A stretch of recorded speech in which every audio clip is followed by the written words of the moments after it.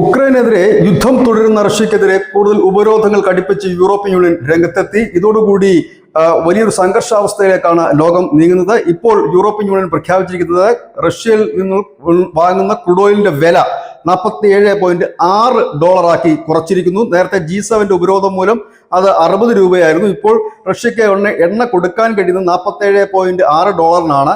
ഒപ്പം തന്നെ കപ്പലുകൾക്ക് നിരോധനം ഏർപ്പെടുത്തിയിട്ടുണ്ട്. ഇതുമൂലം റഷ്യയുടെ സാമ്പത്തിക അവസ്ഥ തകർക്കുക, സമ്മർദ്ദം ചെലുത്തുക എന്നതാണ് യൂറോപ്യൻ യൂണിയൻ ലക്ഷ്യമാക്കുന്നത്. പക്ഷേ റഷ്യക്കെതിരെയുള്ള ഈ ഏകപക്ഷീയമായ ഉപരോധം അംഗീകരിക്കില്ല എന്ന് ഇന്ത്യ വ്യക്തമാക്കിയിരിക്കുന്നു. ഇന്ത്യ പറയുന്നത് തങ്ങൾ ഉത്തരവാദിത്വമുള്ള ഒരു രാജ്യമാണ്, തങ്ങളുടെ പൗരന്മാരോടും തങ്ങൾക്ക് ഉത്തരവാദിത്വമുണ്ട്. അതുകൊണ്ട് തന്നെ പൗരന്മാരുടെ ഊർജ്ജ ആവശ്യം നിറവേറ്റുന്നതിനായി ഇനിയും റഷ്യയുടെ കയ്യിൽ നിന്ന് തന്നെ എണ്ണ വാങ്ങും. വില കുറച്ച് എവിടെ നിന്ന് എണ്ണ ലഭിക്കുമോ അവിടെ നിന്ന് വാങ്ങും എന്ന വിദേശകാര്യമന്ത്രി ജയ്സ്വാൾ പത്രക്കുറിപ്പിൽ അറിയിക്കുകയും ചെയ്തിരിക്കുന്നു. അദ്ദേഹം പറഞ്ഞ കാര്യം ഇങ്ങനെയാണ്: യൂറോപ്യൻ യൂണിയൻ രാജ്യങ്ങൾക്ക് ഇരട്ടത്താപ്പാണ്. അവരിൽ പല രാജ്യങ്ങളും ഇപ്പോഴും റഷ്യയിൽ നിന്ന് എണ്ണ വാങ്ങുന്നത് കുറച്ചിട്ടുണ്ട്, പക്ഷെ നിർത്തിയിട്ടില്ല.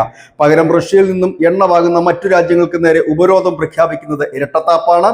ഏകപക്ഷീയമായി ഉപരോധങ്ങൾ ഇന്ത്യ അംഗീകരിക്കില്ല, താരിഫിൽ ഭയക്കുന്നുമില്ല എന്നുകൂടി ജയ്സ്വാൾ വ്യക്തമാക്കിയതോടെ ഈ രണ്ട് ചേരികളായി ലോകം തിരിയുന്ന ഒരു കാഴ്ചയാണ്. യൂറോപ്യൻ യൂണിയൻ രാജ്യങ്ങൾ അമേരിക്കയുടെ കീഴിൽ അണിനിരക്കുമ്പോൾ റഷ്യയ്ക്ക് പിന്നിൽ ഇപ്പോൾ ഇന്ത്യ പരസ്യമായി തന്നെ രംഗത്ത് വരുന്നു എന്ന് തന്നെ വേണം അനുമാനിക്കാനായി.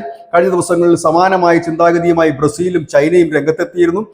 റഷ്യയുടെ കയ്യിൽ നിന്ന് ഏറ്റവും കൂടുതൽ എണ്ണ വാങ്ങുന്ന രണ്ട് രാജ്യങ്ങൾ ഇന്ത്യയും ചൈനയുമാണ്. കഴിഞ്ഞ ദിവസം ബ്രസീൽ പറഞ്ഞത് അമേരിക്കയുടെ ഉപരോധങ്ങൾ തങ്ങൾ ഭയക്കുന്നില്ല എന്നും ബ്രസീലിയൻ എണ്ണ ഇന്ത്യയിലേക്ക് തങ്ങൾ കയറ്റി അയക്കുമെന്നാണ്. ഇതോടുകൂടി ബ്രസീലിൽ നിന്നും കൂടുതൽ എണ്ണ വാങ്ങാനുള്ള തീരുമാനം ഇന്ത്യ എടുക്കുകയും ചെയ്തു. പ്രതിദിനം 76,000 ബാരൽ എണ്ണയാണ് ബ്രസീലിൽ നിന്ന് വാങ്ങിക്കൊണ്ടിരുന്നത്. അത് 1,00,000 മുകളിലേക്ക് ഉയർത്താൻ ഇന്ത്യ ശ്രമം തുടങ്ങിയതായിട്ടുള്ള വാർത്തകളും പുറത്തു വരുന്നു. News desk, news India Malayalam.